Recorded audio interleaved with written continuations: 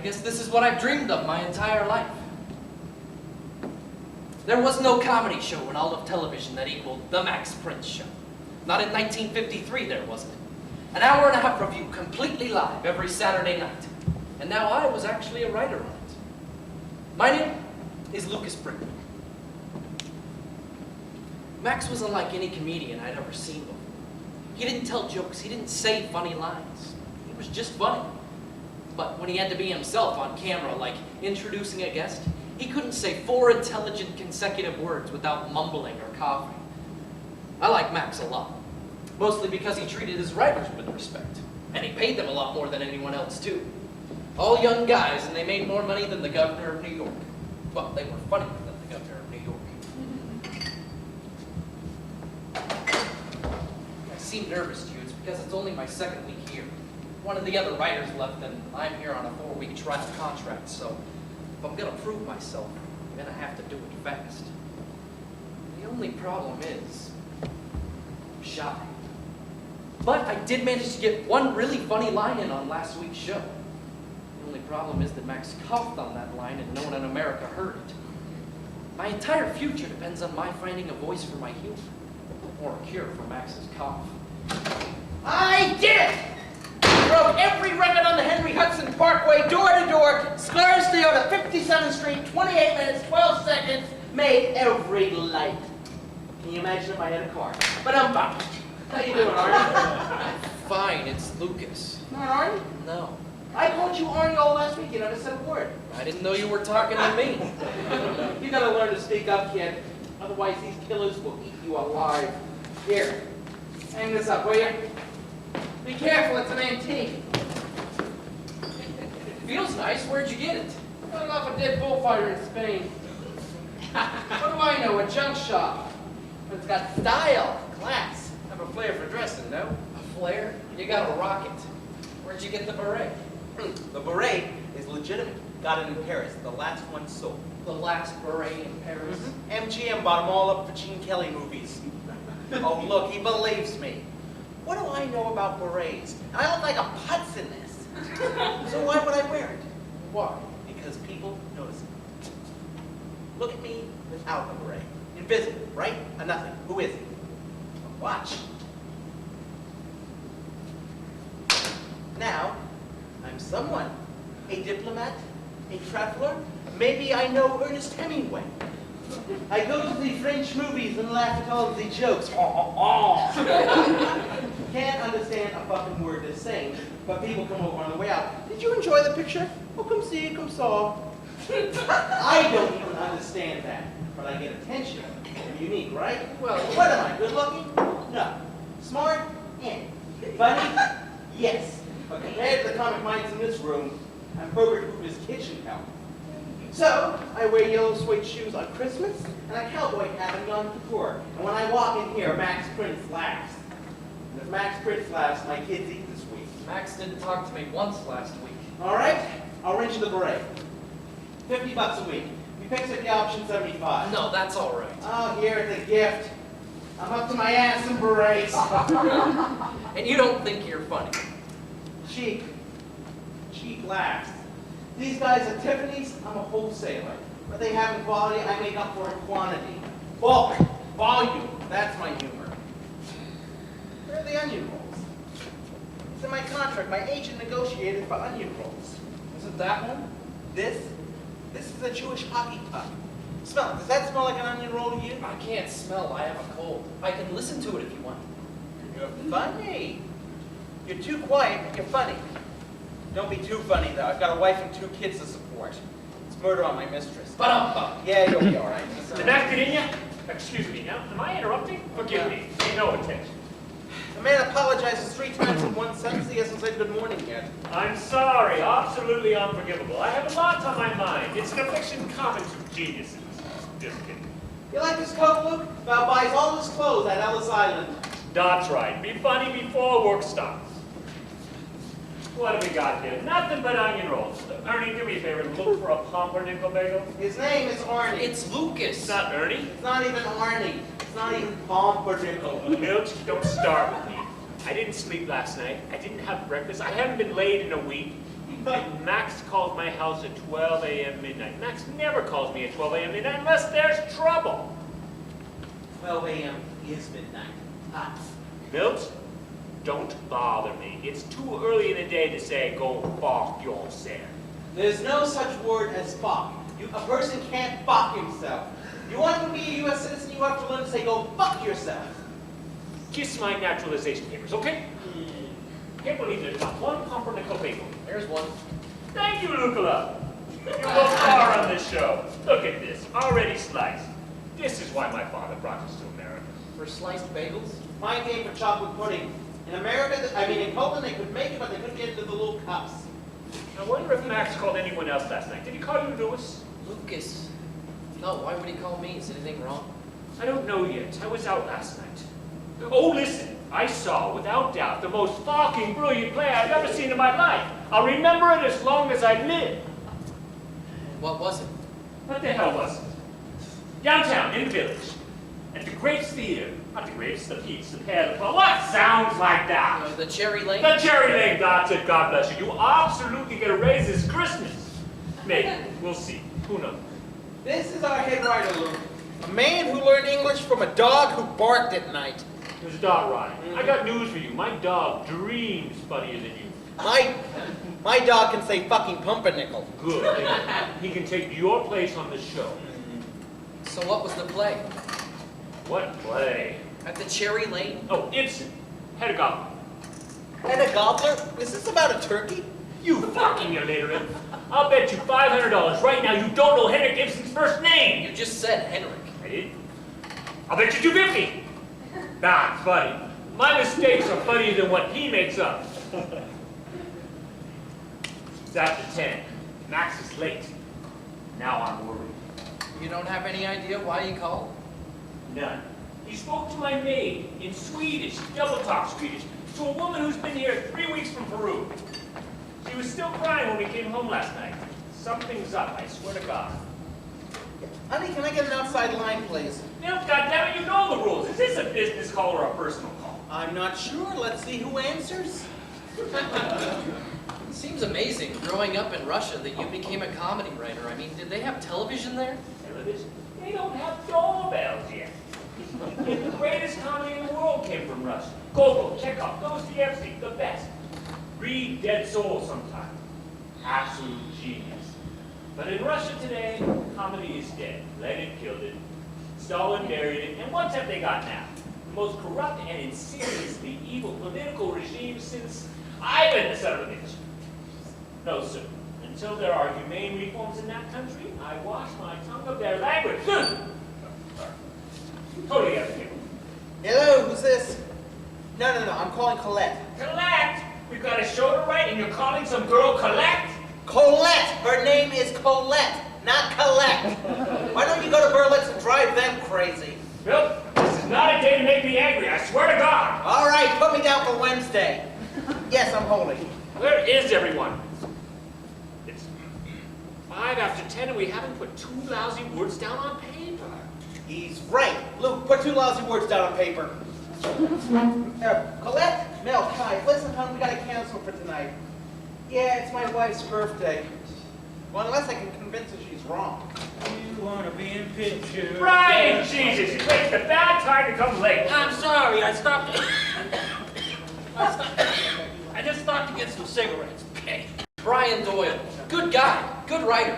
Lousy smoker. Hey, guys, please, I'm cheating on the phone here and I can't hear a goddamn word. God damn it, that's it. That's a $50 fine. Honey, I gotta go. They just raised the rates. I'll call you. Ooh, Brian's smiling. Something's happened. He met someone at the convent. 5 days, guys. Count 'em, that's all you get. Because as of Friday, this good-looking Irishman is leaving the show. The Gentile makes good. Where are you going? Oh, I think they call it Hollywood. Sold my screenplay to Metro. MGM. You must have heard of it. MGM, that's great. Did you tell me? Every week he's leaving the show on Friday. Every week he's flying to Hollywood. Every week he's sold a screenplay to MGM or 20th Century Fox. Not Fox, Fox. I keep telling you. Jeez. That's it. I want to get started immediately before Max gets here. Who knows what shape he'll be in? Lucas, give me Newsweek, Time, Life, all the magazines. See what's in the news. Milt, see what ideas we got on the board. See what's the hit next year. Maybe there's a Marlon Brandon movie Max can do. Marlon Brando. What did I say? Marlo Brandon. My way was funny. Hey, Brian, when you're through destroying the pound cake, maybe you'll find time to come up with an idea. Hey, kid, Luke, come here. These guys over here, they still don't believe me. I don't get it. Look at that. That's history, kid.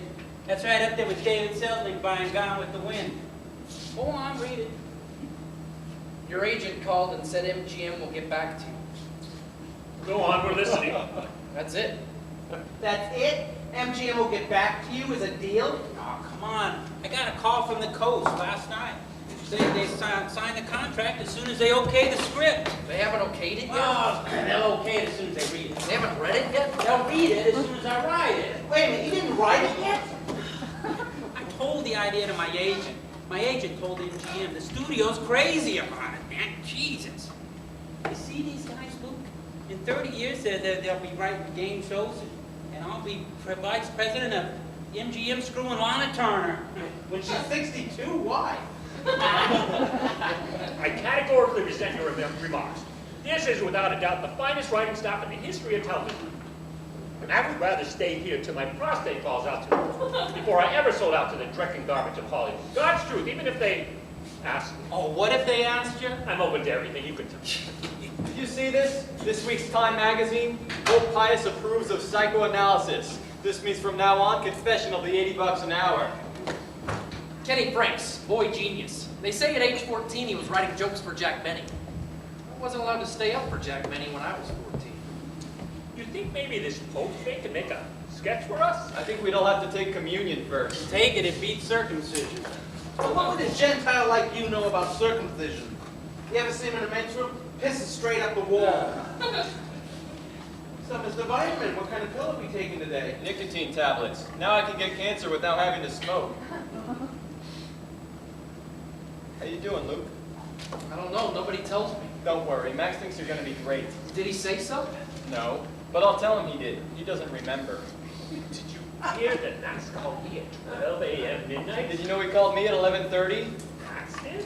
He was sitting in his den pissed drunk with a loaded shotgun in his lap. Son of a bitch, he told you this? Well, it more dribbled out of his mouth, really, but I got the most of it. Son of a bitch, he had a loaded gun? He said he got another threatening letter in the mailbox last night. Don't look at me, I sent mine over last week. Son of a bitch, did he call the police? Well, he said he was taking matters into his own hands. It's him against them now. Son of a bitch. Sorry, Val, there was one open. Him against him? What do you mean, him against him? Who was in? The man was on tranquilizers and scotch. Every time he talked, he blew bubbles. Tranquilizers? Max gets into his limo every night after work. He takes 2 tranquilizers the size of hand grenades and washes it down with a ladle of scotch. His driver has to help him into his house, and he falls asleep on the floor of his den next to his dogs. Exactly, that's why there are no letters. The man's paranoid. Maybe Brian's right. Remember when Max accused his next-door neighbor of shooting up the tires on his Cadillac? Oh, come on, guys. Max shoots those tires up himself. We all know that. Why would he do that? Well, let's see now. He's got a gun, he's got a Cadillac, and he's free on Sundays. Why not? Does Max have any enemies? Besides himself, I don't think so. What do you mean? Nobody hates Max the way Max hates Max. You know, I love it when you talk like Gertrude Stein. They don't get it. We write comedy, Max does comedy. It's his ass out there in front of the cameras every week. Oh, is that his ass? No wonder he gets such big laughs. No, Kenny's right. Max likes it in here with us, not out there. The funniest man since Chaplin, and he still throws up before every show. For 25 grand a week, I put my fingers down my throat. Hey, Brian! Don't knock Max in this room. The man puts bread on my kids' plates and he's transplanting Hey. every hair on your head. Yeah, well, if I didn't tell you, you'd never know. So what are the dots on your head for? Tic-tac-toe? Oh. I have transplants coming like pubic hair. Guess that means you'll have to get a zipper for your face. I'm really gonna miss you guys in Hollywood. Oh, jeez. He sold another script, huh? What studio bought it this time? MGM. For how much? 75 grand. No, I mean how much you want to bet you're full of shit. Name your price. $500 if you win? If you lose, we get to pull out all of your transplants. Have you guys heard the news? Oh, of course not. No one else here cares about what's going on in this country. Am I the only one who takes an interest in something besides jokes and cars and money and baseball? Yeah, pretty much. Yeah. What's the news? Just heard in the text. Joe McCarthy called General George Marshall a communist. Unfucking believable. He calls a five-star general of the army a card-carrying communist. Well, even if he wasn't communist, why would he have cards printed up? Hey, children, wake up. Time for school. You think this is a joke? America's on the brink of becoming a fascist state, and this doesn't worry you? No, McCarthy, he's a drunken fanatic. How long you think he'll last? Some of them lasted long enough to kill 6 million Jews. No, McCarthy, he's a nutcase. He'll end up picking a fight in an Irish bar some night and get a dart right between the eyes. I feel so bad for General Marshall. Such a nice man, such a sweet face of all names to pick. Why him? I don't know. Val, you ever see Marshall at any of the meetings? Are you out of your fucking mind? You don't make jokes like that. Some secretary outside hears that, and the next thing I'm being subpoenaed in Washington. Val's right. No communist jokes. None of us are safe today. They've got that blacklist thing, you know. They got what? Blacklist! Blacklist! 3 bags full. Don't you guys realize they can put anyone on the blacklist they want? Without proof? In a second, they get a wait list to get on the blacklist. Not if you tip the maitre d'. I can't believe they think this is funny. Did any of you see Edward R. Murrow last night? I don't live in this neighborhood. What do I have to do to impress you? This is serious. Well, the whispering was good. 2 top U.S. senators told Murrow the FBI were tapping their phones. You see, same as Russia. First the politicians, then they go after the arts. First the writers, because they're the intellectuals. Well, this room looks pretty safe. Oh, you think so? Anyone who has access to the public is McCarthy's enemy. That's us. I bet they have a bug in this room right now. Well, if you leave crumbs, you're gonna get bugs. It was a political joke. I thought you'd like it. Don't you see you're playing right into McCarthy's hands? Fear through intimidation. Oh, he doesn't intimidate you? A United States senator who giggles like Porky the Pig? My God, this is a terrible time for all of us. 20 after 10, he's right. Oh my God, Jesus, no! What? I have a cousin, my mother's nephew, a nice, sweet, stupid boy. He was a communist in college for 3 months. Then he quit. What would I do if they asked me about him? Take the Fifth Amendment. Or the 6th Avenue subway. You get off in China. All right, guys, enough. We're heading into the cancer zone of humor. Wait till Max hears about this. You know how he hates McCarthy. Wait till you hear about Max. What?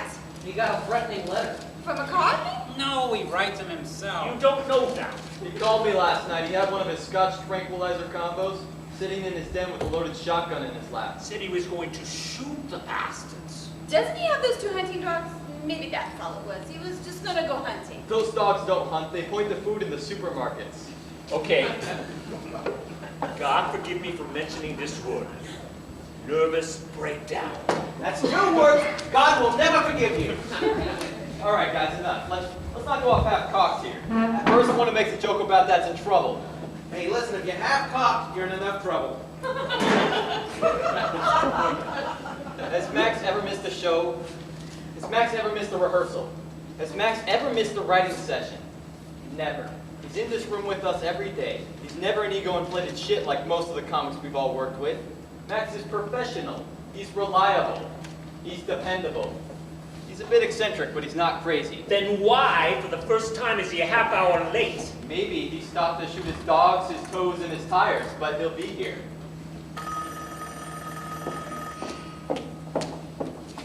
Hello? Oh, hi. Where are you? It's Ira. He's running late at his analyst. Wait a minute, I thought this analyst died. He met another one at the funeral. Ira, just get here. We have problems. Ira Stone was a hypochondriac who came in late every day with a new ailment. His greatest wish in life was to have a virus named after him.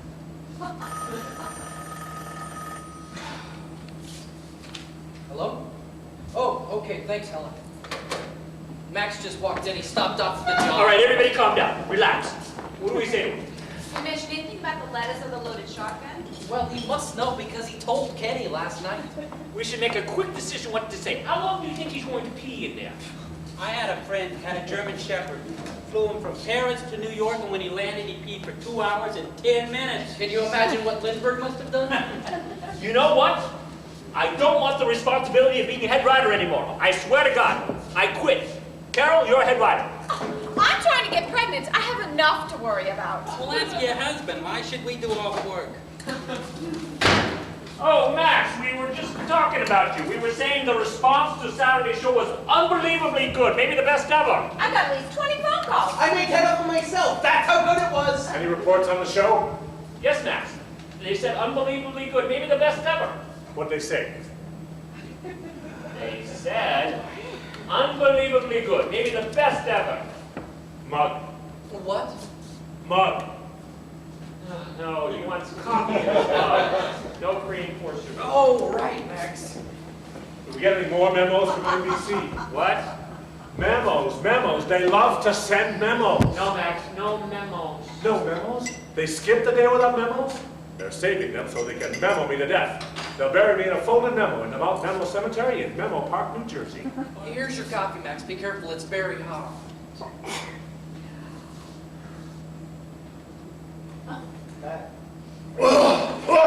That's hot. Max, you shouldn't drink hot things so fast. No, it's good. Boils the blood. Do you need an aspirin, Max? Took a bottle at home. Oh, a bottle of aspirin should clear it right up. Did you get any sleep last night, Max? Oh yeah, slept like a bear. Those bear sleeps are great, aren't they, Max? You wake up in April, May, you feel like a million. Helen! I'm ready! Coming, Max! We work today. Lots of work. I want to do a great show this week. No, not a great show. The best. Best show we ever did. You hear? Sure, Max. It's always good to change it once in a while. Dry cleaned and pressed. Like always, Max. And check my pockets. I don't want my keys pressed again. Yes, Max. Oh, Mr. Review of NBC sent you a big pile of memos. Okay, they started, we'll finish. You all heard it. Remember this day, everyone. A day that will live in infamy. March 6th, 1953. March 8th, Max. What are you, a historian? Well, March 6th, March 8th, March 12th. Who gives a damn? The battle has started. The lines have been drawn. Now, we have to plan our counterattack. What's it about? What's up, Max? What's up? What's not down is up. What's up could be down. What's down could be up. You understand? Certainly, it's Newton's theory of obscurity, isn't it? They want to cut the show down to an hour. An hour? Us were #1 show in the country, maybe 2, 3 the worst. Cutting us off right at the kneecaps. Chop, chop, chop, chop, chop. Can't you reason with these people, Max? People? What people? NBC is not a people. They're not like us. They wear black socks up to their necks. Crew neck socks. They come home from work, and before dinner, they dance with their wives. They put up wallpaper in their garages. You can't talk to them. Then what do they want? All right. What's this I'm holding? Oh, let me take it, guys. A cigar. Wrong. Damn, I thought I had it. To us, it's a cigar. To them, it's power. To them, it's control. To them, it's grabbing us by our testicles and squeezing them. You understand? I'll explain what that feels like later. Forgive me, Max, I don't mean to interrupt. Let me see if I can understand. The cigar is a phallic symbol, i.e. the penis. I.e. the penis is power, i.e. the penis is control, right? I-E-I-E-O. So NBC is using their power to control us, right, Max? To do what? To cut out my heart. They want to cut the budget, save money. He says the show's too sophisticated, too smart, he says. My own brother, my own sister, two people who never graduated from spelling understand every word. The big money sponsors want out, he says. What do they sell? Raisins, macaroni, cream cheese. People who eat and chew can't understand this program. Who do you think we're playing for, dogs and cats? Can they just say that, Max? From now on, you have an hour and that's it? They can say what they want, let them. But I've got a plan. What's the plan, Max? Okay, close the doors. The door's closed, Max. When the Thracians fought the Battle of Modena Heights in 354 BC, outnumbered by 100,000 men, what did Cyclanus, the greatest military mind in all of history, decide to do? Was Cyclanus the giant with the big eyes? Let the man finish. What did Cyclanus do, Max? He sent out 100 women, old, young, whatever, placed them 10 miles apart in a Circle? circle covering 200 miles. Then, in the dead of night, each of the 100 women lit An umbrella. a torch. big torches, an umbrella. The enemy saw the torches all around them, thought they were surrounded, threw down their arms and sounded surrender. You hear? The surrounded sounded surrender. The surrounded sounded surrender. And that's what we're going to do. Get 100 women with torches and surround Rockefeller Center? I'm just asking. I was never in the army. Well, I say we just kill the fuckers. Yeah. You got it. Can you tell us exactly what NBC did, Max? They sent me the declaration of war in the mail, delivered it to the house where my wife and children sleep. There's going to be bloodshed, oh yes, but not in my house. Their palaces will crumble, their wheat fields will fall, and their kings will fall, and their wheat fields will be scorched. NBC has wheat fields? Let me ask you, Max, is it NBC who's been writing you those threatening letters? Who told you about that? You did last night. You called me, remember? I called you? Yes. Last night? Right. That was you? I swear. Didn't sound like you. I tried my best, Max. You sounded foreign to me. Spanish, maybe. That was my maid from Peru. She was at Kenny's house. No, at my house. You called me after you called Kenny. I never spoke to you. No, I was at the theater. I called you at the theater? No, you called me at my house. I went to the theater downtown in the village, the Peace. Yeah, the Plum The Rock. Cherry Lane. Cherry Lane, thank you. You were with Val? No, I was at home with my wife. I didn't call you at home? No, Val wanted to know what theater he went to when I told him. Val called you to ask what theater he was in? No, he already came home. He asked me this morning. I didn't even know you were married. Well, this is the first time we ever talked. I can't remember anything. I think someone's trying to drug me, I swear to God. Well, Max, that brings up another delicate subject. The other night I fell asleep with my eyes open. I thought I was dreaming about a ceiling.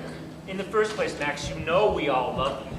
Sometimes I go in the kitchen in the middle of the night, get a hammer, and smash walnuts. Why would I do that? I think Freud says that's a symptom of fear. Why? I'm not afraid of walnuts. Do you want to hear the worst part? I thought we did, Max. When I eat, I can't tell the difference between steak and fish anymore. Why is that? Well, where did they catch your steak, Max? What was the delicate subject? Well, Max, we just feel for your own good, for your own health, for your family's well-being. I don't want to hear my fortune. I just want to hear the delicate subject.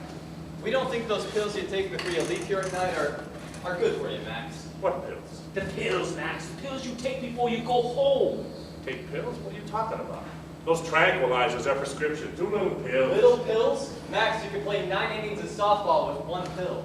Well, I hardly take them once a week. Max, you take them once a week every night. They're harmless. Carol, remember one night you weren't feeling well, you took half a pill. Did anything happen? I don't remember. I slept for 9 days. Max, it's not just the pills, it's the 4 jiggers of scotch you take to wash them down. Pills and liquor don't mix, Max. Or Max mix, however you want. I gotta sleep. If I don't sleep, who's gonna protect my family from them? NBC is threatening your family. They're threatening my show. My show is my life. They threaten my life, they threaten my family.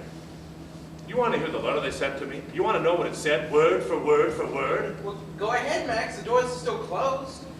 They said, give the people shit. The president of NBC said that? You heard me. Give the people shit. You mean as a gift? Why do you say that, Max? Because they can make money on shit. A potful. Drive up to Connecticut. They got big Tudor shit houses wherever you look. That's why they invented television. They put shit on for people to watch. They advertise the shit. The people run up and buy the shit. Their kids bring the shit. So they give them more shit. And the shit moguls go to France in the summer, and the poor people stay here and watch more shit. That's why I got a letter saying, give the people shit. Wasn't that what Marie Antoinette said? Why are you always talking to me? Annoy someone else once in a while. All right, let me take a whack at this. For 4 years in a row, we sweep the Emmy Awards. Every critic in the country loves us. But suddenly, television is expanding. They're moving into the Midwest, the South, a different kind of audience. They want to watch quiz shows, bowling, wrestling, am I right? If you got shit, shovel it over. So they cut us down to an hour. Don't make the show too esoteric, too smart. Don't do takeoffs in Japanese movies or Italian movies. You feed a horse hay, what are you gonna get? You don't even have to say it, Max. So it's not just cutting the half hour, it's the kind of show they want us to do. Can't we talk to them, Max? Talk? No. No talk. Fight! We fight them on the sea. We fight them on the beaches. Oh, we get the bastards in an alley in Brooklyn somewhere. Yeah. Remember what Churchill said? Never have so many given so much, for so long, for so little, for so few, for so seldom. My God, this ties up with everything that's going on in this country today. The censorship, the blacklisting, and Senator Joe McCarthy publicly disgracing a man like General George Marshall. What? What did he say about Marshall? You didn't hear? It was on the radio all morning. What did he say? Tell me exactly. Say it slowly. I don't want to miss a word.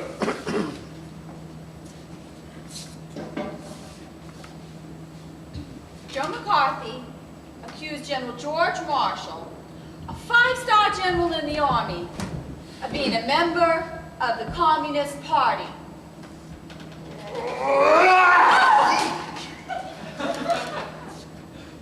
Someone trade places with me. We know how you feel, Max. We feel the same way. You feel the same way I do? I don't think so. Would you like to know how I feel? Ask me how I feel about McCarthy. Don't ask him, Val. I'm afraid to see. If you don't want to see, don't look. Ask me how I feel. We can already see how you feel, Max. Not yet. When you ask me, then you'll see. Ask me.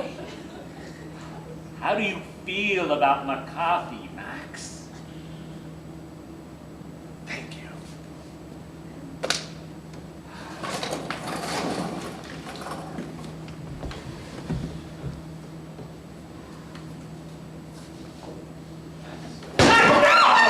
That's how I feel. Somebody go see what McCarthy is. They want me to give them shit? There, I gave them shit. You get your hand up? Leave it there! Get a knife, cut it off. Send it in a box to that no-good bastard. Let him know what I really think of Someone it. get his hand at it. Could be broken. Helen, get in here! Call him a communist, eh? I want to hit something. Something big, something expensive. There's a bank across the street, Max. You see this hole? Don't touch it. Leave it there. Call up a framer. No, call up Tiffany's. I want that hole framed in their best silver. And underneath I want a plaque, gold. And on the plaque, I want engraved, in honor of General George Marshall, soldier, statesman, slandered by that son of a bitch, McCarthy. I don't think Tiffany's gonna print that, Max. You pay them enough, they'll print it. Yes, Max. Say, I think this could be a national monument, kind of like Monticello. Okay, I got the sketch for this week's show. So what is it, Max? I want to be the Statue of Liberty. I want to wear a long gown down to my toes. I'd like to. With big sandals and a tiara, with a torch and a book. I want to be painted green with bird shit on my shoulders from all the And I'm standing in this box that says, give us your poor, your hungry, your sunburned, your toothless, whatever they got there. We'll look it up. God damn it, that's funny, Max. And what happens? She gets subpoenaed to Washington.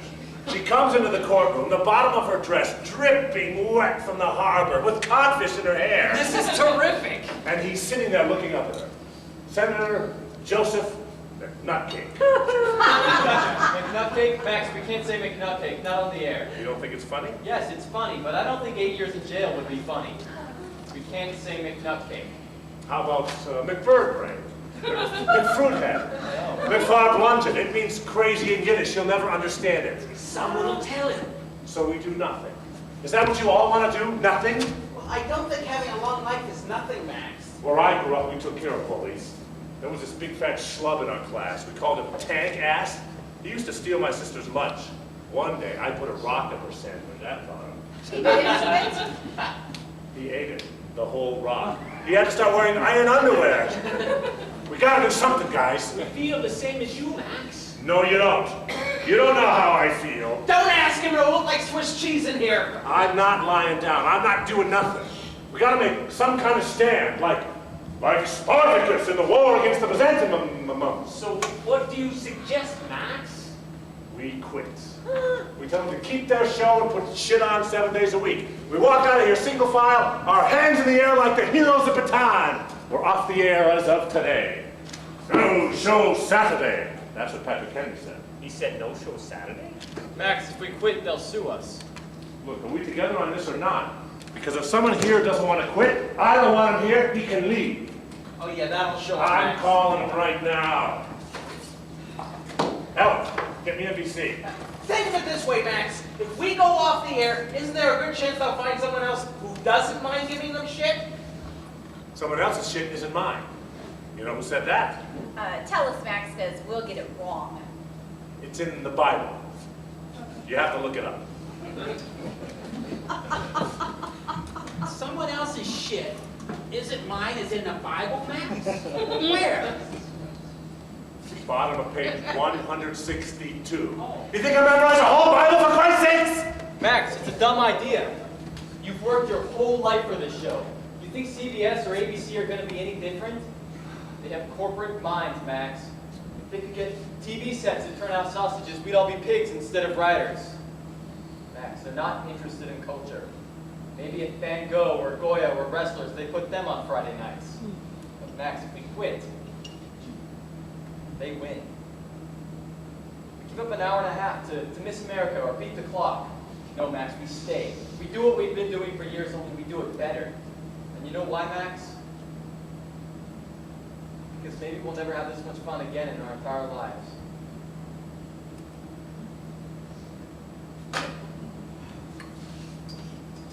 I served with General Marshall through the war. We fought together on the European front. I thought you were in the Navy, Max, playing in a band. He came to a dance I played at in London. He was foxtrotting 10 feet away from me. I played a saxophone solo in his honor.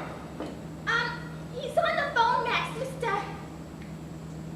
I didn't know NBC, he's waiting. I'll take it up in my office. We are not pulling down our flag. I will not break my sword over my knee for anyone. When the Roman legions led by Augustus IV fled in defeat, he came back to win on November the 5th.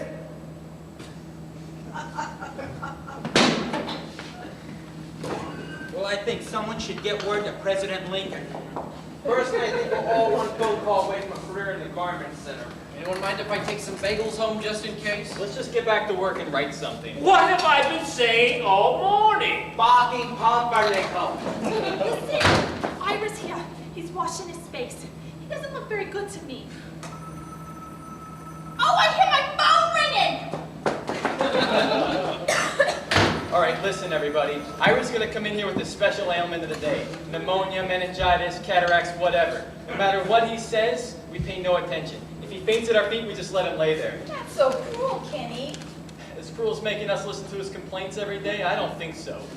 Here he comes. Remember, just stare at him. I can't breathe. I can't catch my breath. It could be a heart attack. It could be a stroke. All right, everybody, don't panic. Just do what I tell you.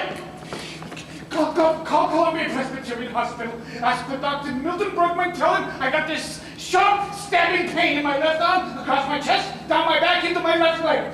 If he's in surgery, call the St. John's Hospital, 6th floor cardiology. Ask for Dr. Frank Benzarini. Tell him I got this sudden burning sensation in my stomach. At first I thought it was breakfast. I had to smoke salmon. It was still smoking. It didn't feel like going down. If his line is busy, I'll call up the Clayton and Marcus Pharmacy on 72nd and Madison. Ask for Al. Tell him I need a refill on my prescription from Dr. Schneider. It's, Zodial Prozac. No, it's, Vasco something. Vasco da Gama. Yeah, I can't think. I can't get it out of my brain. This scarf is killing me. Get it off my neck. Don't tell my mother. Don't tell my wife. She'll tell my mother. If she tells my mother, she'll call me. I do not have time to talk to that woman. She drives me crazy. This could be it, folks. I swear to God.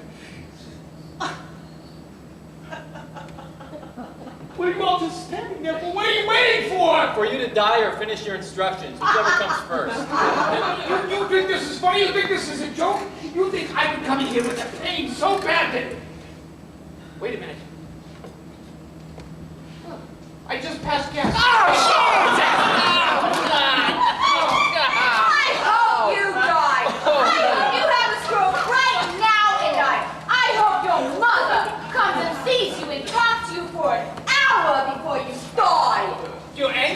you're upset that I'm still alive? What is this? Nazi Germany? Let's kill another Jew? Yes, in this case, I would make an exception. Oh, okay, so now I see who my friends are. Friends? You haven't got any friends, but there isn't a puppy in the world that would come out of a pound to live with you. Hey, wait a minute. From them, I take you haven't earned the right. One lousy goddamn Irish potato famine, I have to put up with the likes of you. You think you can just walk in here, tell us you're having a stroke, and then fart your way out of this? I had a little scare, all right? I apologize. I'm sorry. I apologize to everyone in the room, except to him. Hey, come on, guys. All right. So, okay? So, read back what you got so far. What we got so far. You want to know what we got so far? Lucas, read him back what we got so far. We don't have anything. It's what we got so far. It's 11 o'clock. You don't have anything down on paper yet? What is this? I have to get things started around here? It's always up to me? Oh, you phony, fat, faggot-looking, egocentric turd. When did you ever come in here on time like the rest of us? Phony, fat, faggot-looking, egocentric turd. This is what Ireland sends us? We could have had kings. We could have had O'Casey. We could have had George Bernard Shaw. But no! We get an illiterate anti-Semite immigrant who failed streetcar conductor school. My family, all brilliant Talmudic scholars, nearly drowned on the boat coming to America because his drunken people kept beating the shit out of the captain. Why do we have to keep making racial jokes? Irish jokes, Jewish jokes, Italian jokes. Has America progressed beyond that? No, let him go on. A little aggression is good for writers. All humor is based on hostility. Am I right, Kenny? Oh, absolutely. That's why World War II was so funny. If you didn't have to go to 5 doctors every morning, maybe you'd get here by 10 o'clock. So what are you saying? That I'm a hypochondriac? I've had this thing in my throat now for 6 months. It could be cancer. They don't want to tell me. Well, have them call me. I'll tell you. Oh, you goddamn leprechaun. I have been carrying you on What this do you show. want? You want a funny contest? You want to take on all of Christianity? Is that what you want? Funny against funny? For all you want. You're on. You're on. I'll bet my shoes, my genuine $65 floor chimes against your $8.95 Tom McCann funeral director shoes for that man. That is mine. Ante up, you putz bartender. You're on. Name your subject. Funny names. Funny name. Funny names. Anybody else want in on this? A little on the side there, huh? For a pair of shoelaces. All right, I'll give you 30 seconds to play, then we get back to work. Are we ready? Out the Irish. Out of Egypt. Okay, for the funniest names, Ira first, go. Benjamin. Angela Jonesell. Monsignor Abrilski. Rabbi John Wayne. Monica Honecker. Her Highness Queen Minnie the Moocher. President Heidi-Ho. Mr. and Mrs. Jesus H. Christ. The hero of sandwich, hold the mayo. Ira Stone. Ira Stone. What's funny about Ira Stone? Nothing. Nothing's funny about Ira Stone. Default! He broke the rules. You can't use names we already know. Oh, what are you doing, Ira? Nobody wins! Oh, jeez. Danny, I didn't see that! Jeez, it looks like the bombing of London. Go get my shoes. They're not your shoes anymore. They belong to the people of Greater New York now. Oh, direct in on man coming out of Bergdorf Goodman's. You either go get them shoes or you take some flying lessons real quick because you owe me $200, you son of a bitch. $200 for a pair of Gravediggers camping shoes? Camping shoes? But you in a great Right, no, calm down. All right, we worked all night tonight. No one leaves till we finish. And I absolutely forbid any more men's clothing to go out the window. Yes, Carol? Helen, can you go downstairs and get Ira and Brian's shoes? They're on 57th Street. Are they being repaired? Eventually. Ira threw them out the window. Well, Ira, you should have just asked me. I would have taken them down. This man actually has a child who calls him Daddy. Oh, I see. Have I awakened the sleeping tiger, the Hollywood whiz kid, the reformed Jew who got bar mitzvahed at the Hollywood Bowl while Cantor Solomon West sang the entire score of Porgy and Bess? He's like a plague! He's like locusts! Billions of locusts! The more you kill him, the more he keeps coming back. If 10 minutes, we'll all be naked. What? I can't say what I want. Where's the little free speech here? Okay, that's it, Ira. I'm asking Max to take your name off the credits for this week. If you come up with something, you get back one letter at a time. 3 jokes, that means 3 letters. If that's all you come up with, then it'll just say Ira on the screen, that's it. All right. What if I write the whole show myself, huh? Huh? You think I can't do it? Give me paper. Give me lots of paper. Don't forget the flush. You really think you can do it, Ira? I think I can win the Emmy. I think your stroke is coming back. Don't forget to make it funny, Ira. Funny? It says funny on my birth certificate. Oh, well, I didn't think it said maybe. All right, I'm going. The whole show, top to bottom, by Ira Stone.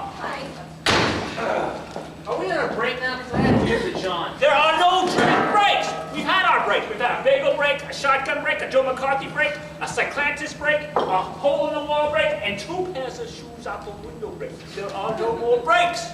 Well, I'm gonna have to ask Carol to turn around because I'm gonna be in the plant. Don't you dare! And this was the most respected program in all of television. I knew then and there that if I was going to keep my job, I'd have to become as totally crazy as the rest of them. Helen, come back with my suit yet? No, Max, she's out looking for shoes. How'd the What call was wrong with the shoes she was wearing? Max, how'd the call go with NBC? Call with NBC? Call with NBC went fine. Everything's all right? It's fine. It all got settled? It got settled fine. Was anything decided? Fine was decided. We decided fine. No problems? We had some problems, but we fined them out. That sounds fine to me, Max. Do you want to give us any details? Any changes? Any changes? Let's see. Oh, yes. They're cutting us back to an hour. This year's fine. Next year's an hour. Next year they cut the budget. Next year they want approval of the sketches. Next year they put an observer on the show. That's all. That's the only changes. Minor stuff. And that's fine with you, Max? No. That's fine with them. Them is fine. We is not so fine yet. But we'll see. We'll wait. We'll think. We'll plan. And then we'll be fine. What's the Observer gonna do, Max? The observer? He's going to observe. Maybe he'll be around the show observing the coffee, the cream cheese, the potato chips. Maybe he'll come up here and observe us working. Observe Ira coming in late. Maybe he'll observe that I'm getting upset that he's observing me. Then he can observe me taking the fucking telephone and smashing it on the fucking floor. Or, if the observer is not through observing me, he can observe me putting my fist through his fucking face. Then they'll take him away for surgery and he can observe the hospital for a while. But right now, I'm fine. Because when Helen gets back, tell her to call Tiffany's again. Just a simple frame with a gold plaque saying, fine. All right, what do we got for this week's show? Oh, I was just... What, am I crazy? Write the whole show myself? Oh, hi, Max. How you doing? Fine. Just fine.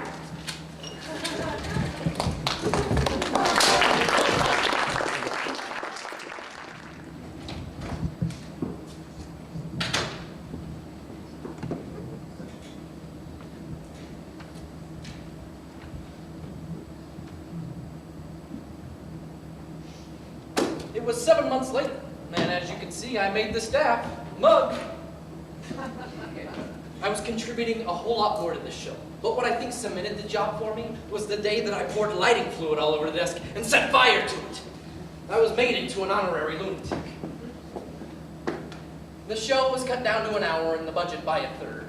There were still bagels and onion rolls, but no more Danish, no pound cake, no apple strudel. NBC wasn't paying anymore, Max was. And Max was becoming more and more disoriented, as you can see from the wall of terror. Those 2 new holes with the simple black frames were added when Ethel and Julius Rosenberg were executed. And although Max was valiantly trying to cut out the pills and the scotch, the pressure from NBC and the sponsors made it a losing battle.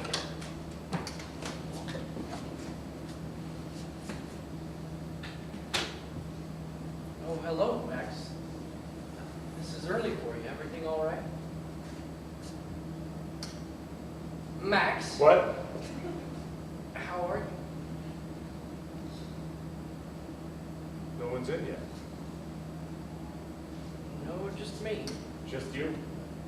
Yes, Max. So the others aren't here. No. Would you like some coffee? Usually they're here early on Tuesday. I know, but this is Monday, Max.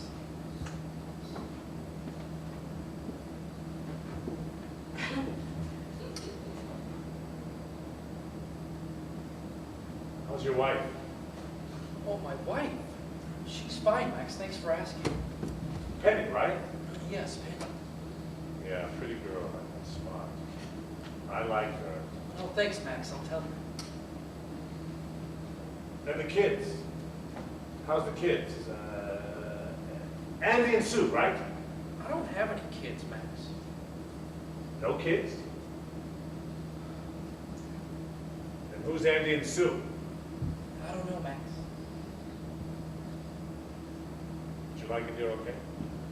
Working here? Yeah, I love this job, Max. Well, we'll see.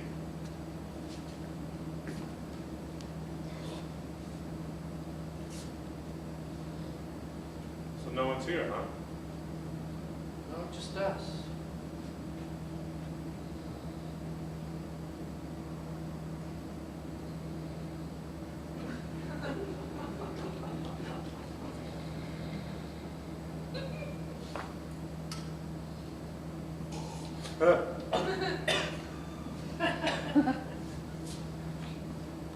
Maybe I'll go in my office and lie down.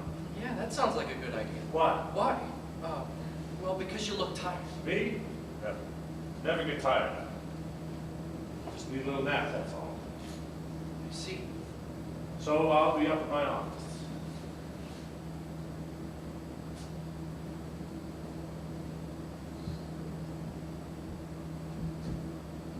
I'm gonna take a little nap. Oh, okay, Max.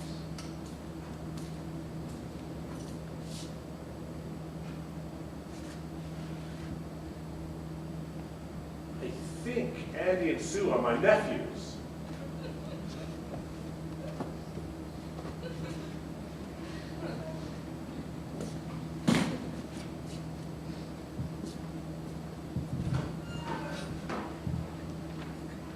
That was the only time I was ever alone in a room with Max. It was hard finding a topic in common with him unless you were up on the Thracian Wars. I cannot believe I got a ticket for speeding on the parkway. I was driving so slow, the cop who pulled me over was walking. What'd you expect? You were asking for it. I was. You wear an all-white suit and a Panama hat? Those guys sit behind a billboard waiting for some schmuck like you. Well, I thought I looked like a senator. No, you look like a Nazi trying to catch a boat to Argentina. I liked you better when you weren't funny. Well, Max was just in here. This early? No new holes, he must be all right. What'd he say? Well, he thought it was Tuesday, and then he asked how the kids I don't have were. Then he said he wasn't tired, so he was going to go take a nap. Well, my suit will cheer him up. Are these bagels getting smaller, or is this room getting bigger? Same size. There's just half as many now. Yeah, counting my ex-wife, that's the second thing I've lost this week. Are you serious? Never serious, but she always is. Which is why I think she's leaving me. Sorry about your wife. Don't say anything to the guys, Wade. I want to tell Max first. Yeah, sure.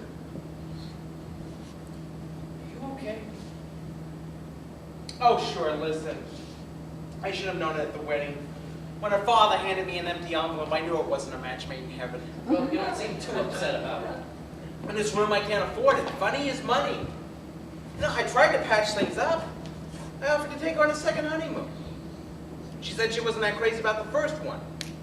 Then she said, "Ba-dum-bum." That's what really hurt. Sometimes I think you sell yourself short, Miller. Lukey, I'll sell myself in whatever size they'll buy me. I just heard the news in my car. Did you hear it? No, I wasn't in your car. What happened? What happened? Stalin died. Joseph Stalin is dead. Really? So I guess that means we'll be going to the funeral. Milt, I want you to hear this because I've been practicing it with a tutor. Go. Fuck yourself. He said it right. You said it right. You actually went to a tutor to learn to say that? Absolutely cost me a fucking fortune. You mean he only taught you to say it once? No, he only taught me to say it to you. So wait, there's more news. The U.S. State Department just announced that they have positive proof that Russia has a hydrogen bomb. Jesus, that is scary. Tell my children, because they're the ones who will inherit the devastations the fucking politicians left there. Now you're saying it worse than ever. You didn't go to a Russian tutor, did you? This is going to be one hell of a day to write comedy. What is that? A white suit? Oh my God. What did the cleaners do to my blue serge? Ah! You didn't know Max hates white suits? Max does? Since he was a kid. No one told you about Max and white suits.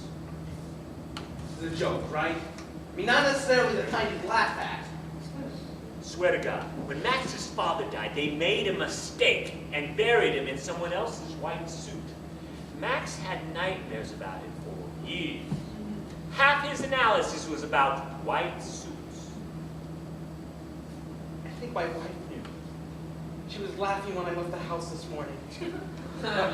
Take off your jacket, call wardrobe. Maybe they have a dark suit for your size. Are you telling me the truth about this, Val? If Max sees you in that suit, Tiffany's does some business today. Helen, get me wardrobe immediately. No, now! I need an emergency dark suit. I'll hold. Hello, Mama.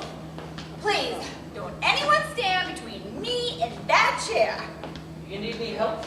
No thanks, I've had enough help from men. Oh God, I thought you were a doctor and I miscounted my due date.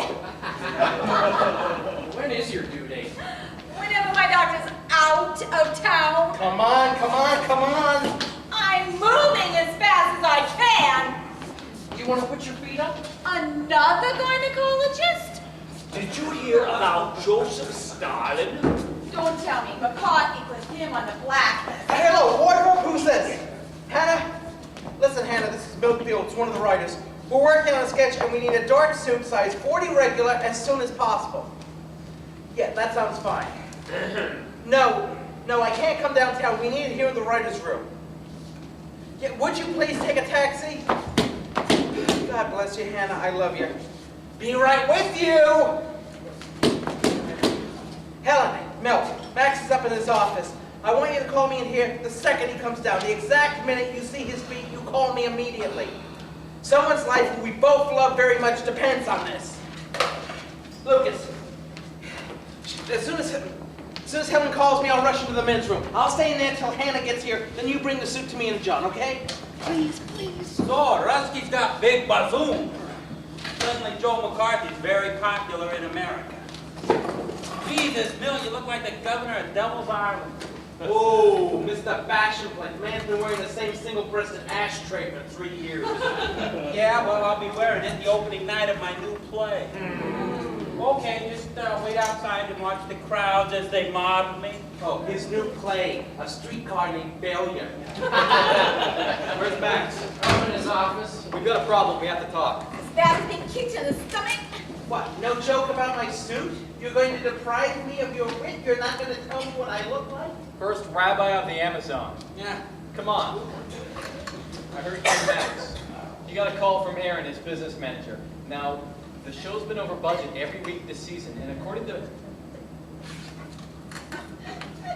Is somebody crying? It's me. I'm sorry. I need a release. Is this gonna take long? We've got serious business. Oh, I'm sorry. annoying you? Well, no, and we could do it later. All right, leave her alone. I heard from Max 3 times last night, and every time he tried to tell me what was wrong, he broke down. He heard from Aaron, his business manager. Now, the show's been over budget every week this season, and according to Max's deal, Max is responsible for the overage. He owes the network about 1/3 of his salary so far. Wait a minute! Wait a minute! That baby's moving! Are you giving birth? God, I hope not. It's moving up towards my head. Where the hell is it going? I don't know. I think it just wants to look out my eyes. All right, listen to me, will you? You know Max. He wants the best sets, the best costumes, the best everything. Only now it's costing him big. So Aaron laid down the law, cut down on sets, on costumes, on everything. I agree absolutely. There's too much waste around here. Now this comes from Aaron, not Max. They're cutting one person from every department on the show. One from sets, one from costumes, one from the camera crew, one from the secretaries. And this is where Max broke down in tears. One from the writing staff. I cannot fucking believe I wore a white suit today! That's it. Max isn't going to pick the guy who goes. Aaron is. Aaron, who was once Heinrich Himmler's accountant, is not an easy man. This is a very bad dilemma. Well, why? Have you ever heard of a good dilemma? Look, I'll be leaving for a couple weeks to have my baby. I'll be out about 2 months. That buys us some time, doesn't it? Aaron's not looking to buy time. He's looking to cut one salary for an entire year. But we have contracts, no? No, we have 3-month options in case NBC canceled. Didn't your agent tell you? He plays golf a lot. I don't like to bother him. Who are we kidding? I'm the logical choice here. I'm the last one on the staff. You all have seniority, so I go. Over my dead body. I have the question. Absolutely not. No one has to volunteer for this. I'm not volunteering. I'm just saying they'll probably pick me because I'm the most expendable. Well, that's the case. That's different. The irony is Lucas is the safest one here. He makes about 1/3 of what most of the staff makes. What Aaron's looking to do is get rid of one of the top money guys. Well, then I guess it's up to me to say it. Who is it on this show that makes top money? You know, and he puts in half the time as anyone else here? If you paid him by the hour, Max would save almost an entire salary. I'm not naming names, but... So Ira goes? Anyone second the betrayal? Absolutely not. We're starting our own blacklist here. All right, look, we don't decide who goes. Aaron does, and that's it. Unless someone can come up with some unforeseen miracle. They think I have a brain tumor! This may be what we're looking for. Who thinks you have a brain tumor? I couldn't tie my shoelaces this morning. Shoelaces! My 3-year-old kid ties his. I asked her to tie mine. Then I put tomato juice in my coffee. Tomato juice! Well, it may not be a brain tumor. Have you ruled out stupidity? Would you remember to say that at my funeral right after you danced your little jig on my coffin? Ira, calm down. Calm down. This is calm. This is the best I've been all day. Oh, come on, Ira. There could be a number of reasons for this now. Maybe you're just underworked. Oh, you can't wait, can you? You can't wait to sing. Oh, Danny boy at the hospital bedside. Leave him alone, Brian. If he wants to have a brain tumor, let him have a brain tumor. I have double vision. You mean right now? Right now, last night, this morning, 2 cabs pull up in front of my house. I take them both. Ira, since I know you, you've had every disease known to mankind and a few animal diseases, and you're still here. You don't have a brain tumor. Oh, you want proof? Huh? Absolute, undeniable, irrefutable proof? Huh? Here! Oh, Here's your proof right here! What are you doing, Ira? What the? Jesus, Kenny. Ah, there he is, in black and white! You actually wrote on the wall with an indelible marker? Children can go to jail for something like that. I'm seeing double again. Milt, sit down. You look like the entrance to the White House. Ira, we're busy. If you've got a brain tumor, go down to the shoemaker. He'll take it out. Oh, right. So now I'm crazy, huh? Like Tolstoy was crazy, like Dostoevsky was crazy. No, they were crazy in a talented way. You're sort of a fucking waste of time crazy. Either you stay in this room and you write with us together, or you go home and have your kid untie your laces and come in tomorrow. Did I say no? Huh? I'm here, aren't I? I just have to check my stocks, is all. Has it ever occurred to you that you monopolize every minute you're in this room? Who better than me? What am I, uninteresting? Help! Max coming in. Now, I told you to call me! No calls for anyone. Nobody leaves, nobody moves. You gotta talk in here. Yes, Max. Sorry, Milt. Who's that? Bill? What's the matter with you? Don't feel too good. I have to go to the John. I'll be right back. Save it. We gotta talk first. 2 minutes, Max. I'll rush. Are you sick? You look white as a ghost. I get like that. I think it's a bladder infection. Oh, no. Something else. Something different. Why do you look different? I don't know, Max. You got a haircut. Me? Yes, this morning. Just a light trim. Amazing you noticed. Man gets a haircut, I notice. Sit down. Not over there. I'm not talking over there. I want to be near the water so I can drink. I can hear you. Just don't sit in the sun. There's a glare on you. Okay, where's Carol? Yeah, Max. Anything new with the baby? Nope, nothing new. Still in there. Got a good doctor? Yes, very good. I love my doctor. You're in love with your doctor? No, I love that he's a good doctor. I love my husband. That's right. You're still with your husband. Good, I'm glad. Where's Val? Right here, Max. You keep moving around. Sit in one place. Absolutely. Forgive me. My fault. Okay, Kenny. What?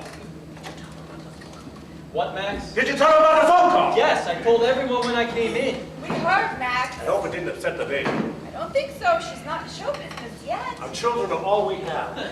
They can take everything else away from you, your dignity, your pride, set designers, your makeup lady. But they can't take your children. You understand what I'm saying? Yes, Max? So far, no one's going. So far, everyone is still here. That's good, Max. So far, it's only going to last so far. And so far turns into so long.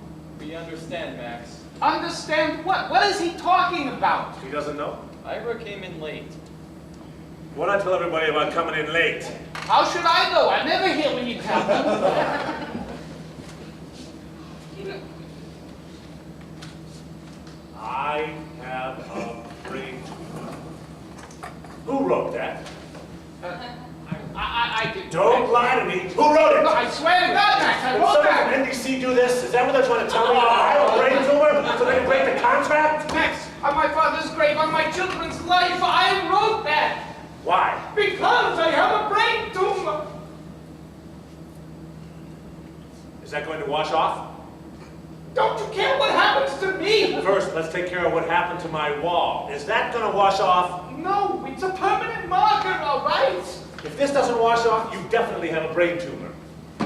All right, Kenny, tell them about our phone call. All right, well, you know about the budget problems the show's been having. Max has been Wait a having to pay a minute, lot. wait a minute. Look at this wall, it's a polka dot wall. And you're worried about a few lousy words written in ink. It's my holes. It's my wall. You want to buy your own wall? This one's for sale. Take it. For $5,000, you can cover it with your entire life's blood pressure. Otherwise, I want my wall back the way it was. Go on, Kenny. All right, this is the last time I'm telling you. You hear what I'm saying? All right. Aaron won't let Max pay for anything anymore. So they're cutting one person from every department on the show. Are you listening to me, Ira? That means one writer, one of us. Someone in this room has to go. That's it. So what are you saying? One of you guys gotta go? Oh, I say we hang him out the window, make him a permanent weather vane. Oh, okay, I get it. This is for everyone. Oh, this is funny. This is the human comedy. This is William Saroya. This is reality. I would have come in early for this. So, how do we decide who goes? We don't. Aaron makes the choice. What color is that suit?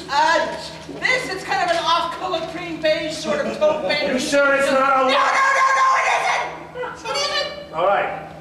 Upstairs, I found it out. There's another way, a better way. We don't need Aaron to pick someone for us.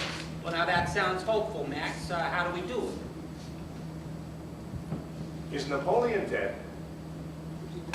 What do you mean, Max? I asked a simple question. Is Napoleon dead. Yes, Max, he is. Napoleon is dead. How do you know? Did you see him dead? Not personally, no. But I saw his tomb in Paris. Did you open up the tomb and look? They don't let you do that. And who could lift it? It was just me and my wife. So how do you know he's in the tomb? It says so. Why would they build Napoleon's tomb if he wasn't in it? They built the Eiffel Tower, they didn't put Mr. Eiffel in it. Mr. Kellogg isn't in a box of cornflakes either, Max. What point are you trying to make? I just made it. Maybe we can fire a writer, but no one has to go. How do we do that, Max? Easy, I worked it all out. First, I cut all your salaries down 10%. Then, I fire a writer. Doesn't make any difference who. Then I take the 10% and I pay the fired writer, so he stays. Then I pay back your 10% out of miscellaneous expenses. So the IRS gets paid, all the writers get paid, doesn't cost me anything, and no one gets fired. And when they ask about the miscellaneous expenses, what do you tell them, Max? They're in Napoleon's tomb. What do I know? I don't want to hear it! I thought about it, it works for me. Let Aaron figure out the details. I don't want to fire anyone. My writers are my flesh and blood. There is no miscellaneous in my body, you understand? I understand, Max. Now get Helen in here. We got a show to write. Lucas, get Helen in here. I'll do it!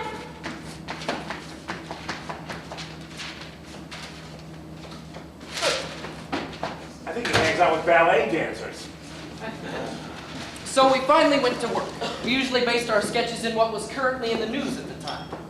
The movie version of Julius Caesar starring Marlon Brando had just opened up on Broadway, so we worked on it all morning and all afternoon. Okay, read back what we got. From the top?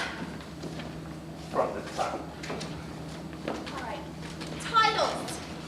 High-class films present William Shakespeare's Julius Caesar. Produced by Nigel Bagel. Screenplay by Peter Porter and Esther Lester. Directed by Sir John Malcolm and his wife Gloria. And starring James Hedgehog, Morris Burridge, Olivia Malaria, and Marlon Merlin in his first completely memorized part as Julius Caesar. Rome, 44 BC, outside the Roman Senate. Not outside the Roman Senate. 2 blocks from the Roman Senate. 2 blocks is funny. 2 blocks from the Roman Senate. Brutus speaks. Hail, Cassius. Hail, Brutus. What news from Flavius and Lepidus? Not well. Flavius has mucus. Lepidus is nauseous.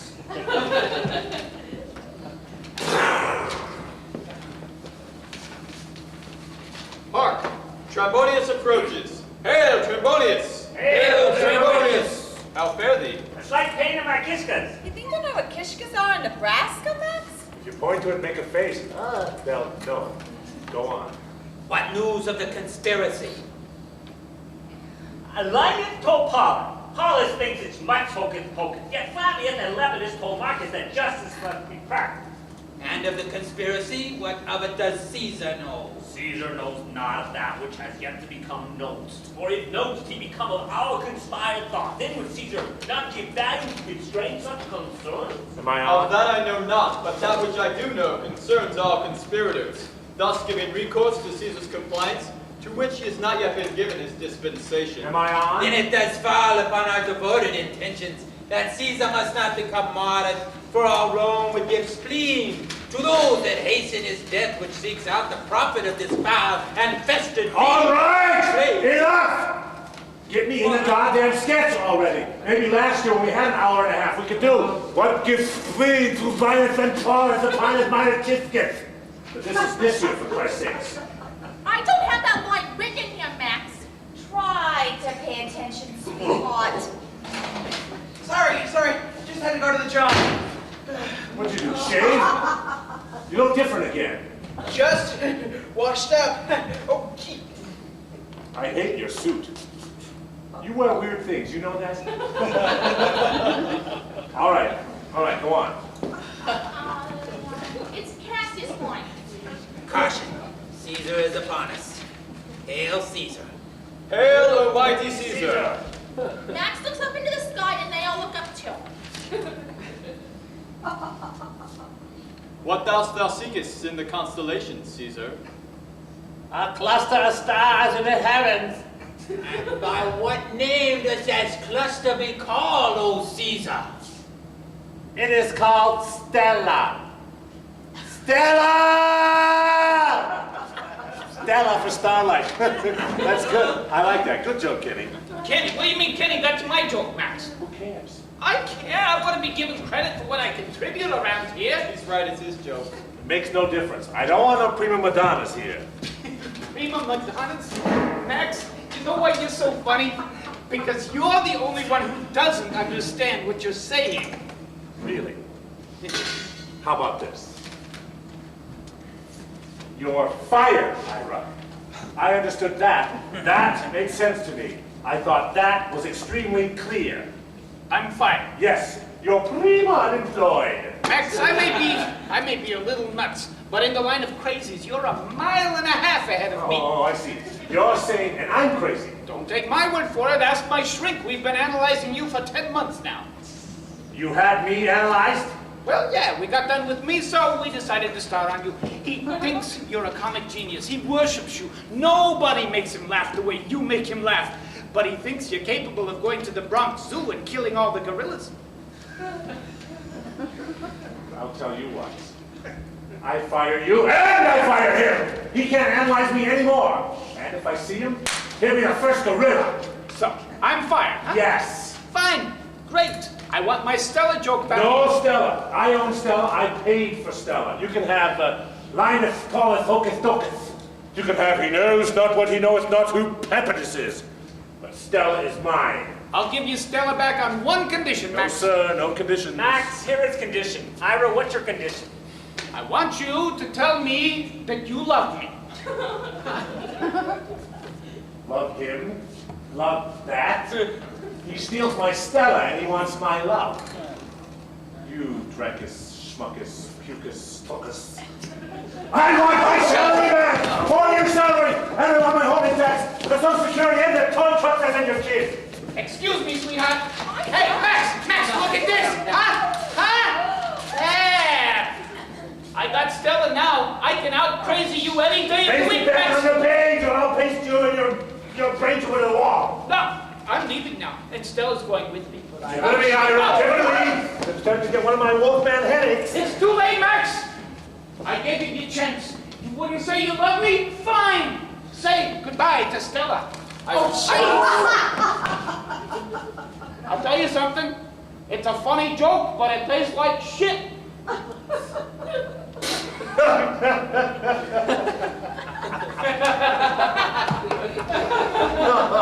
Ira. You funny guy.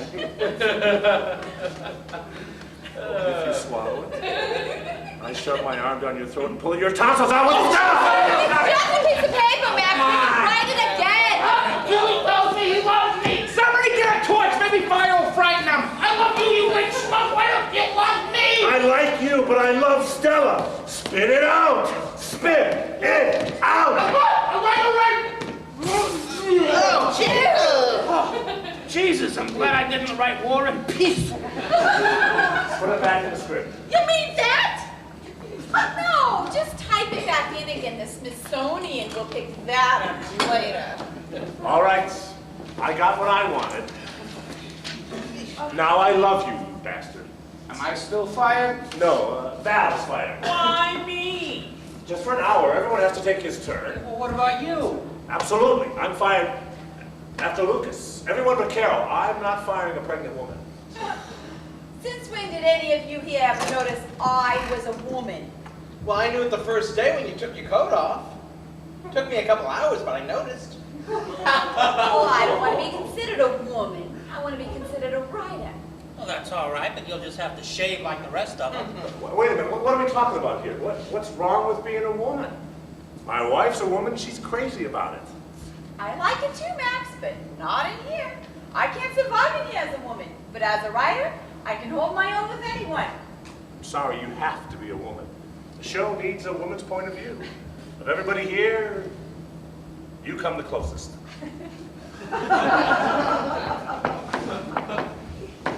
After 5 years in here, Max, you think I know what a woman's point of view is? I go home at night smelling of cigar smoke.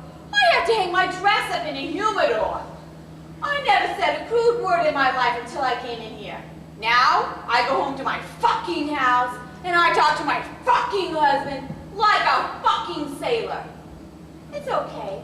I don't mind. If I lived in France for 5 years, I speak French. But I'm not in France. I'm in here. So I speak fuck. I don't want to be considered a woman writer. I want to be considered a good writer. And if that means being one of the guys, then I'll be one of the guys. I can handle it. Well, I agree. And I hope you have a great baby there, fella. Okay, back to work. Where were we? Caesar has the next line. What is wrong? What is this feeling of doom that hangs in the night air? What is this 12-inch kitchen knife doing in my back? Oh boy, this hurts! Oh, foul deed! Dost thou forgive me, Caesar? Oh, Brutus, my brother. I depended on thee. I counted on thee. I could have been a contender! And they plunged another dagger in him.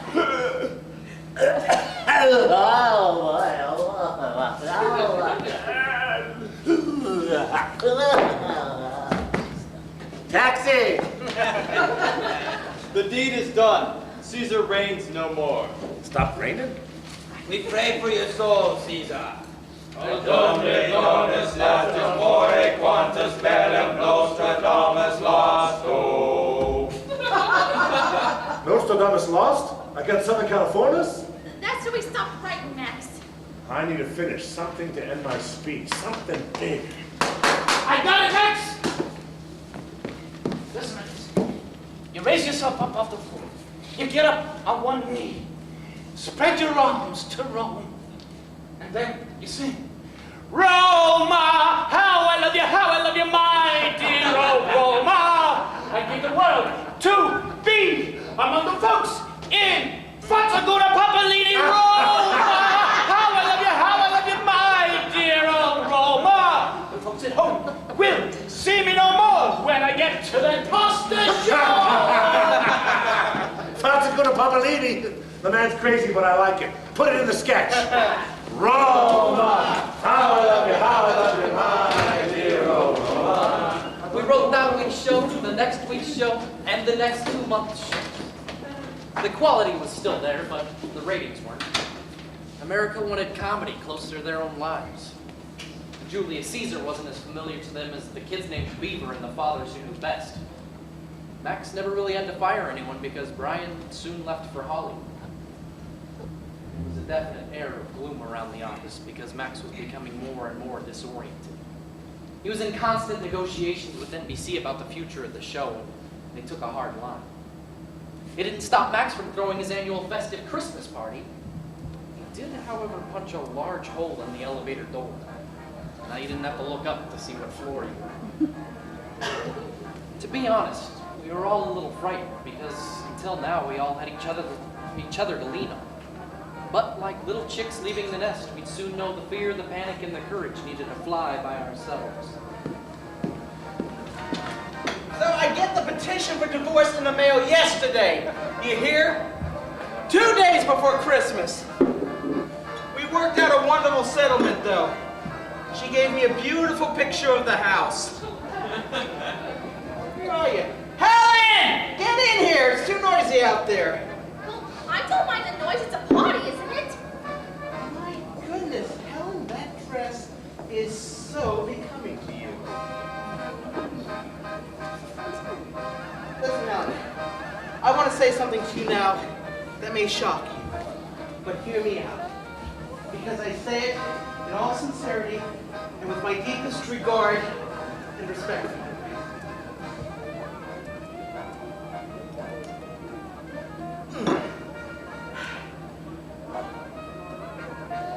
You're very attracted to me, aren't you? Actually, I'm not. But a little, right? No, not even a little. You didn't tell Giselle in the office you thought I was cute? Me? No, never. Why would I say that? Cute? Oh, God, no. Maybe it was Giselle who said I was cute. No, she told me she thought Kenny was cute. All right, what are we talking about here? Semantics. I think I should begin that. What if I said I wasn't interested in an affair? What if I said what I wanted was a deep and lasting relationship. Well, I hope you find it. I really do. All right, what if I offered you my next year's salary for one night? Oh, gee. No, forget that. There may not be a show next year. I know. I may be out of a job, out of a wife, out of a family. Does Katie excite you in any way? I think I should be getting back to the party. What kind of a guy are you looking for? I'm not looking for anyone. Then what is it you want? I want to be a writer. I want to write comedy. A comedy writer? Hey, Faye. You mean you want to be like me? Like Val? Like Ira? Like all of us? More than anything else in the whole world. Helen, you know us. We're disgusting. We're children. We have no life. This room is our life. We curse each other. We hate each other. We throw shoes out the window. We set fire to the desks. We make obscene phone calls to St. Patrick's Cathedral. We'll humiliate anyone or anything just to get a laugh. Well, you see? That's what excites me. I'll teach you everything I know. Oh!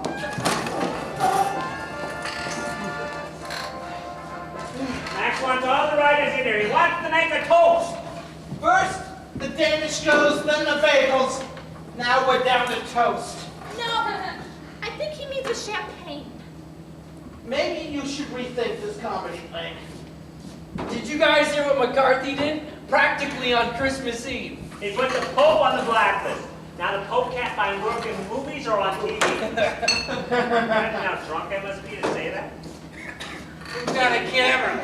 I want you to see what success looks like. I knew you were in town. I heard you coughing. Angela! I thought you were going to send for me. I didn't know you delivered.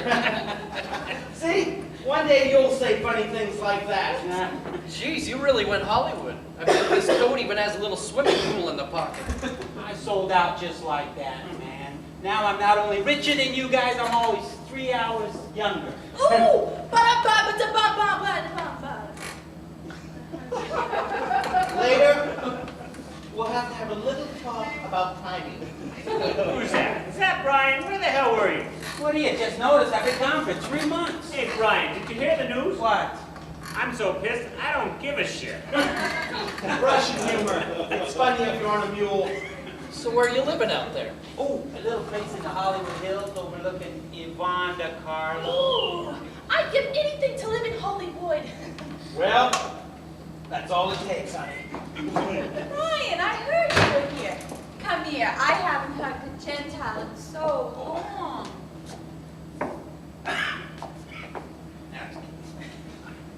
Ooh, is that cashmere? Ooh, 100%. Now you're looking very fit there, Mama, and I heard you had a boy. No, a girl. Don't worry, she'll grow out of it. Someone take my turn with Max while he's throwing up. I pulled his head out of the john so many times I feel like a lifeguard. Brian, how are you? Never heard a pack of camels talk before. Max looks terrible, Kenny. What's he been drinking? Pina coladas. The man ate a roast beef sandwich the size of a Buick. And you couldn't stop him? With what, a harpoon? Keep it up, Kenny. You're on a roll. No, if I was on a roll, Max would eat me, too. Say, listen, I gotta go. I got the kids downstairs. Told them I'd take them to Mass. Mass, isn't that in Boston? No, they have them in New York, too. Maybe you should write children's stories. So, I'm just on my way back from St. John's Hospital. I had this funny feeling in my back, like a broken spine or something like that. So, guys, wait till you hear, okay? It's about this Chinese Jew. Okay, so Oh, I'm hang just- on. He's setting this up now. Give us one crack at this, Ira. Seymour Dragon. Solomon Takeout. Charlie Chanstein. Pink is ping pong. Vegas ping pong's good. Can I say one? I'm not sure we're all drunk enough to hear this. You understand he's got to have a Chinese Jewish name. I know I get it. Listen, what the hell? Go ahead, sweetheart. Kill him.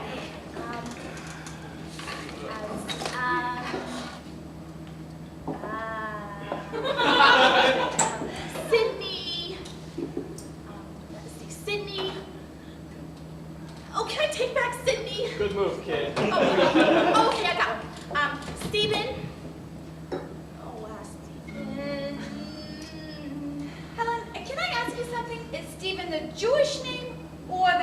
Chinese name. Oh, it's all wrong. Let me start again. You can't take this long, Helen. Writing a joke is not a semi-annual event. I'm nervous. I don't know any Chinese Jews. Can I give the girl a name so I can get on with the story? Come on, guys, give her a break. Okay, I got one. Vito. Vito Tojo. Vito Tojo? Vito is Italian. Tojo is Japanese. Listen, I'm not getting paid to write this stuff. It's okay, Helen, at least you got the hemispheres right. All right, we give up. What's his name? There's no name. It's a true story, right? So I'm walking past Carnegie Hall on my way here. I see this little bum. I give him $5. Then suddenly, I recognize him. It's Belleville from Brooklyn. I went to high school with this guy. So I says, Belleville, hi, it's me. I was stoned. Remember me? And he said, oh yeah, sure, kid. What are you doing? What are you doing these days? I said, well, I'm writing comedy for a big television show, the Max Prince Show. He said, well, that's great, kid. Could you use a joke?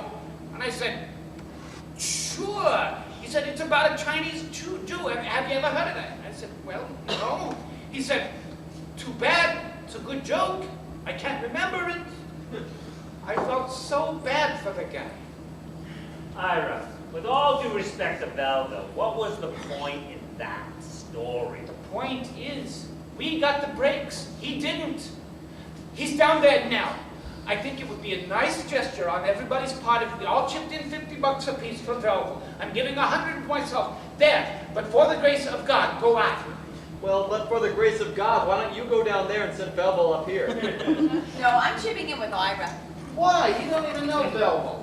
I know, but every once in a while, Ira makes me cry. Go figure. Oh, Max, we were just waiting for you. Brian's here. Did you see Brian? Hey, Max, flew in to say hi. How you doing? You feeling any better, Max? You want to sit down, Max? I'll get your chair. I wonder if he hears us. Max, it's Val. Can you hear what I'm saying? We're worried about you. I don't think he hears me. Please forgive me, I'm a little drunk. Sometimes I don't know how to say things right. Maybe you never noticed. But as drunk as I am, I have something to say to each and every person here. I love all of you. Oh, boy. Why is that so hard to say? We never said it in my family. We said eat. Eat was love. Potatoes was love. Brisket of beef was a lot of love. And Ira can tell you, I don't say it much. He doesn't say it much. Screw it, I'm going to say it. I love you.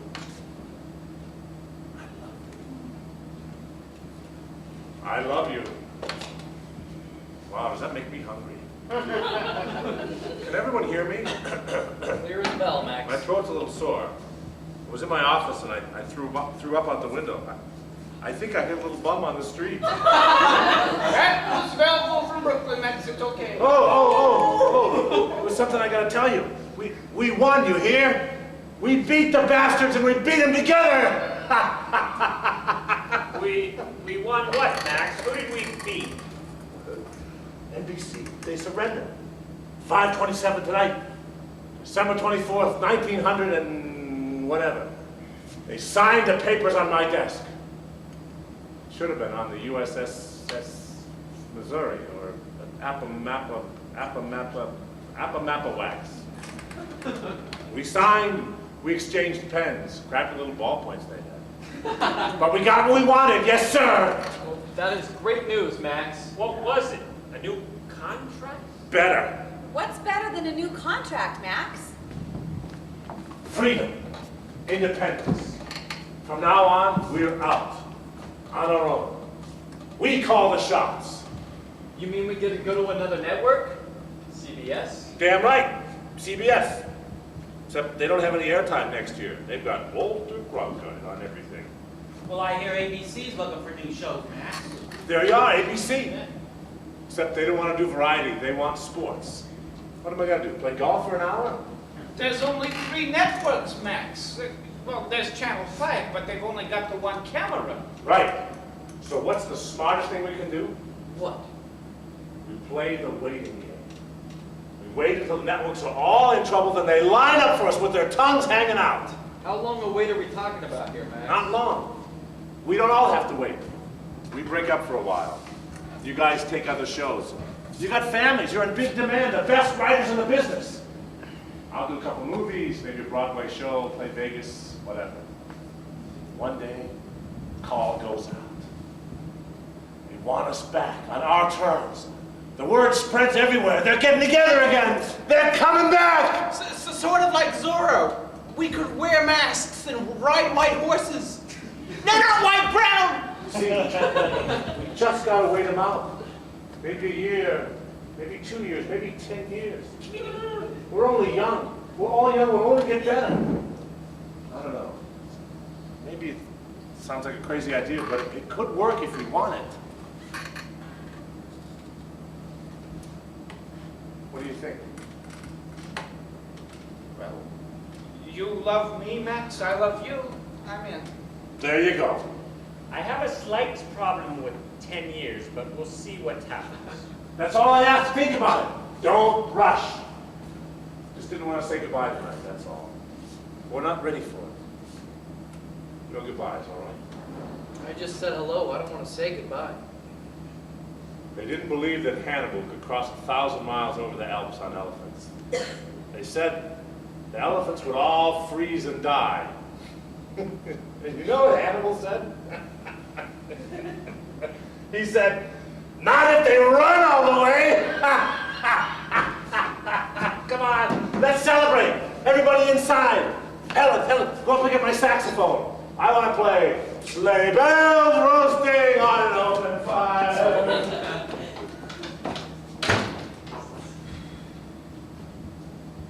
I'll give $1,000 to the first person who can say something intelligent. I think you just won it yourself. He didn't really mean wait 10 years, did he? No, it was a metaphor. For what? For wait 10 years. I don't know what the hell to think. Somebody tell me what to think. Max knows it's over. He knows we know it's over, only he didn't know how to tell us. Not as himself. He had to become someone else to tell us. The way he hides behind the characters on the show. So who was he just now? Hannibal. Alexander the Great. Maybe Cyclantis. Whoever the hell he was. Am I the only one here that thinks that Max was, don't hit me for saying this, astoundingly noble? Noble? You think that was noble just there? The man is Moses. He's Goliath. All right, maybe he's Goliath after David hit him in the head with a rock. But there's fucking greatness in him, I swear to God. There is so much pain, so much anger, so much strength, so much roast beef and potato salad, that when he goes down, like he did in here today, with such a crash, people fall out of their beds in Belgium. There'll never be a Max Prince again, because that man is an original. I'm telling you people, we have just lived through history.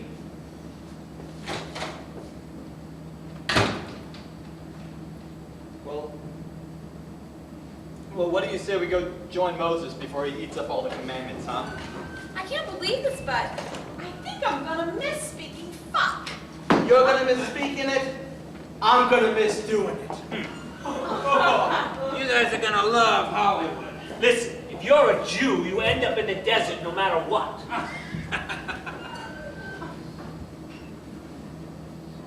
I would have followed Max to the ends of the earth, but the earth went off the air on June 1st, and we all went our separate ways. Some up, some down, some struggled, some had more babies, and one, like Brian, died much too young. Helen went to law school. God knows what happened to her. But the most incredible and wonderful thing did happen. On the very last day of the very last show of the season, the newspapers announced that the United States Senate voted 67 to 22 to censure Joseph McCarthy for conduct unbecoming of a senator. His days were numbered. That night, Max took us all out to dinner. And he was so unbelievably funny that the tears ran down our faces. and only some of it was from laughter. Lucas, you gotta see this. Max is playing a saxophone and eating a roast beef sandwich at the same time.